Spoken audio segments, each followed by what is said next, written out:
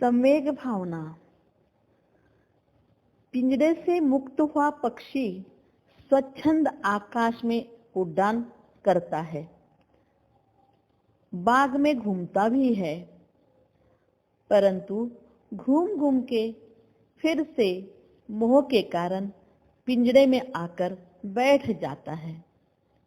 वैसे ही कीचड़ में फंसा हुआ हाथी बड़े बड़े बलवान हाथी के द्वारा कीचड़ से बाहर निकाला जाता है, लेकिन पानी पीने के लिए जैसे ही नदी में जाता है तो फिर स्वयं ही कीचड़ में फंस जाता है।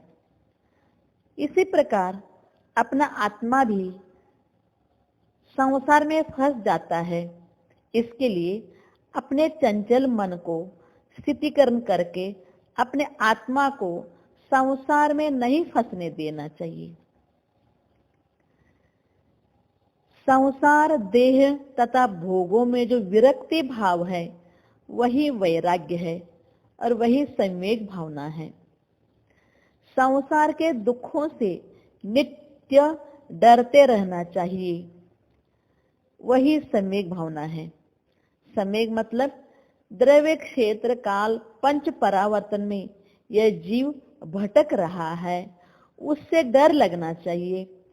चतुर्गति के दुखों को देख के डर लगना चाहिए, तभी इसको संवेग भाव, वैराग्य भाव हो जाता है। वैराग्य के भी अनेक भेद है। पुराण वैराग्य, जैसे शास्त्र पढ़ते हैं तो उस समय मन को लगता है सही में ये सब पापाचार छोड़ना चाहिए, ऐसा लगता है, लेकिन बस जब पढ़ते रहते हैं तभी वैराग्य भावना रह जाता है। फिर आप बोलते ही है मराठी में, पुराणातली वांगी पुराणात। पढ़ते समय त्याग करना चाहिए ऐसा लगता है, लेकिन फिर घर जाते समय बस सब भोगों में लिप्त हो जाते हैं।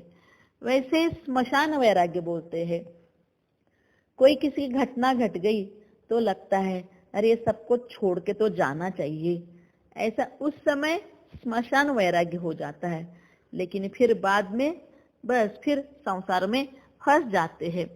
ऐसे पुराण वैराग, स्मशान वैराग, प्रस्तुति वैराग, ये वैराग तो क्षणिक है, लेकिन वैराग्य तत्वरूप वैराग्य जो है, तत्वरूप वैराग्य ये अच्छे तरह से समझ करके पापों से हटना चाहिए, पापों से दूर होना चाहिए।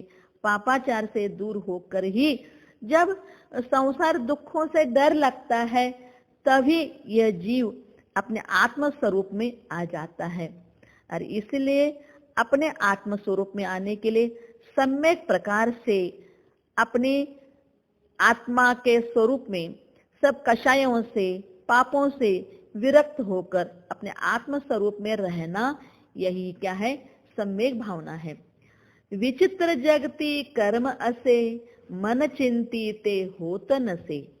विचित्र जगती कर्म असे, मन चिंतीते होत नसे।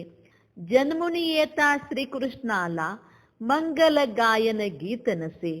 जन्मुनी येता श्री कृष्णाला, मंगल गायन गीत नसे।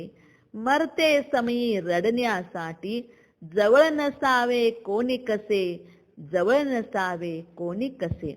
इस प्रकार से जगत विचित्र रूप से है, जो मन में विचार करते हैं उस प्रकार से होता नहीं है, और फिर वह जीव दुखी हो जाता है। इसलिए अपने मन को स्थिर करना चाहिए।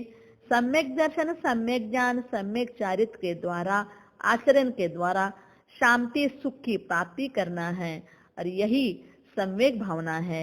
निरंतर पापों से डरना चाहिए और आत्म स्वरूप में, चिंतन में, मनन में लगना चाहिए।